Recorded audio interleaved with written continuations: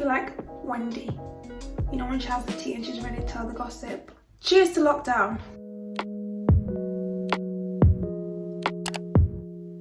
Hey guys, welcome back to my channel. Today we're doing a sit down video. I thought I would talk to you guys about some of the things that I did to save up for my deposit.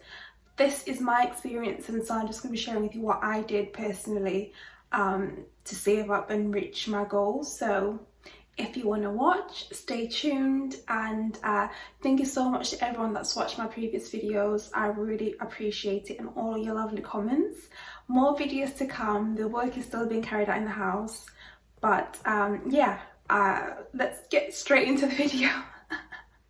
So I've written down 4 things that I did that helped me reach my goal. So the first thing that I would say before you even start thinking about saving up for anything is to get your finances in order. And what I mean by that is that if you've got any outstanding debts, make sure that you pay those off if you can pay them off. And the next thing I would say is you need to check your credit score. I use an app called ClearScore. It's free of charge, and you put your details in there, name, address, etc., and all your information will come up. If you've got a car on finance, got a phone and on contract, all that will come up. And if you've got any missed payments, you'll just see all of that as well. So I think that it's very important to make sure that you know what your credit score is and that you are working to improve that, because the higher your credit score is, the better chance you have of getting a good mortgage deal. So make sure you check your credit score. ClearScore, free of charge. So that's what I did personally. I checked my credit score and I was able to see if I had any missed payments on there, and also if you've got anything on there that you know isn't correct, you can get that checked out and you can get that rectified so that your score isn't affected by that. Like if you've missed a payment on there, that's going to affect your credit score. So another thing is to make sure that you really don't miss any payments, like your phone payments, card payments. Make sure that those are paid off and you don't miss anything, because you don't want to come to a point where you're ready to get a house and you have got a bad credit score. That's not gonna be beneficial to you at all. Tip number 2 is to work out how much you can save exactly a month. So what I did was write out all the things that I pay for: car, insurance, gym, Netflix. I wrote all those down, and I'd say if you've got like a subscription that you don't use that much, like if you haven't been to the gym for 2 months, cancel that. You might as well save that money instead of having it wasted at the gym and you're not even using it. So I wrote all my outgoings out, and then I worked out how much I had left over, and then from that I set a standing order for that amount to go out each month. So I don't have to think about it. As soon as I get paid, that money goes straight to my savings account.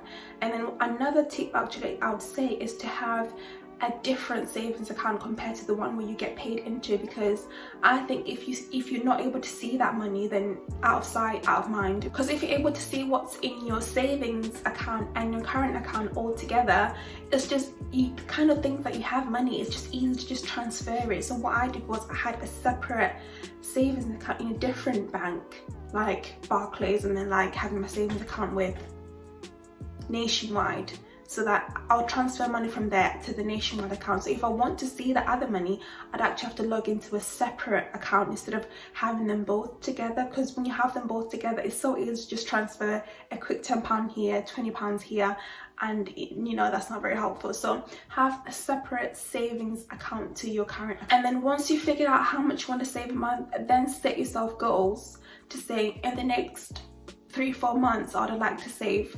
£3,000 or £2,000. And there are some months I found that I was able to save up a bit more than what my standing order amount was. So if that was the case, I'll then move that extra on there. And you find there's some months where you're able to save up a bit more, and there's some months where you're not able to save up as much as you would like. But if you did put a bit extra, it doesn't matter so much if that particular month you weren't able to save up exactly how much you wanted to save up. And that's okay. So if you want to do that, you can do that as well. That's what I did. Some months I'd save up a bit more, and some months I'll just save up the amount that I've set for myself. And there were some months where I just had to just take out a little bit because the things I needed paying for. So let's move on to tip number 3. Tip number 3 I would say is to reduce everyday spending. You don't realize just how much you spend every day. So what I did was I'd have non-spending days where I just didn't spend any money. Even if it's just 50p or £1 here, you don't realize that you actually spend money every single day. But I'm guessing it's going to be easy now that you're in quarantine or everyone, you know, is on lockdown, so you don't have anywhere to go and nowhere to spend your money. But I realized that sometimes I would be spending money every day, even if it was just like toast at work, or even if it was just like a bar of chocolate. You were spending money every day. So what I'll do is I'd have 2 days in the week where I do not spend money at all, unless it was like a real emergency. But set yourself days where it's non-spending days. You're not spending any money whatsoever. If you're going to work, take your lunch from home with you. And I know some people like to get themselves a coffee every day, and that's okay, you know, treat yourself, but those coffees add up. Like if you like a Starbucks coffee or whatever you like your coffees, and they're like £3, that £3 can add up to a huge amount in a course of a year. So if you can get your coffee from home and take that with you to work instead of buying a coffee every day, that really does add up. So I think that if you're being serious about saving up, these are the things that you need to like cut down on. Like I said earlier, if you're not using your gym membership, cut that down. If you've got a friend that's got Netflix, you guys can share your account instead of you having your own account. So that's another way you can save up that amount, and that amount that you would have used to pay for Netflix, send that straight to your savings account. Every little helps. Another thing is what I would say is to give yourself a weekly spending amount, so that for things like food, petrol, just everyday little things that you're gonna need. So if you know what your weekly budget is, try and stick to that, and any extra that you have, just send that straight to your savings account and then pay yourself for that week, and just try and stick to that amount. I used to love shopping, I still love shopping, but it got to a point where I knew that if I really want to reach my goal, I'm gonna have to stop shopping, buying clothes, buying shoes. It just has to stop, because if you have a goal in mind and you're trying to reach that, you have to really just be hard on yourself a little bit and just, tighten up the belt a little bit. I'm not saying don't treat yourself. It's good to also treat yourself, especially once you reach your goal. It's good to just, give yourself a little treat. Don't splurge, just a little treat. And that's okay, because life still has to continue at the same time, but just be mindful of your spending. Tip number 4 would be to make extra money where you can. For me, what I did, I took up extra shifts at work whenever they were available. So if your job allows you to take extra shifts, take on more work and then earn extra money. Obviously, I know at the moment with everything happening with COVID-19, it's a bit difficult. Some people aren't even working, so I do understand. But if things are going to get back to normal, take up some extra work. Put in those extra hours in, and then whatever money you earn from your extra hours, just put that straight into your savings account. Ka-ching, money in the bank. And also, if you're one of those people that have got a lot of clothes sat in your wardrobe that you've only worn once for a night out, loads of shoes that you don't wear anymore, another good app to use is Depop. You can list your items on there. Obviously make sure they're fresh and clean, especially with the corona going around, but make sure that you wash them and they're clean, and put them on there. People buy things from there. And I've bought a couple of dresses from Depop that people have only worn once, or sometimes they have not even worn yet. So if you've got things in your wardrobe that have still got labels in them, or things that you've only worn once, put them on Depop and make that extra money on the side.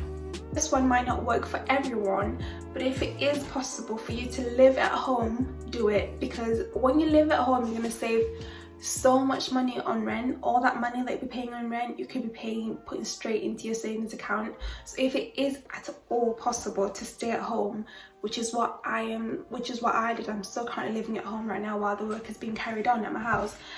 Stay at home.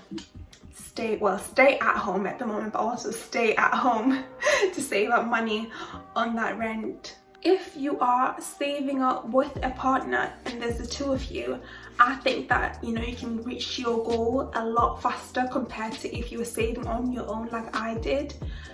So if you do have a partner, things can be a little bit easier. I'm not saying 100% easy, but a little bit easier, because basically there's two incomes that are going into one for your savings. So if you have a partner, things are a lot easier. But if you're on your own, like I've had to do it by myself, it's still doable. It's just a little bit harder, and sometimes can take a lot longer to reach your goal than if you were to do it if you are on your own. But it's not to say it's impossible, because you can do it on your own. I know some people are going to say, but Edith, like, I've done all these things correctly, I've done everything right, but I still cannot save up enough for a deposit. There are a few options out there.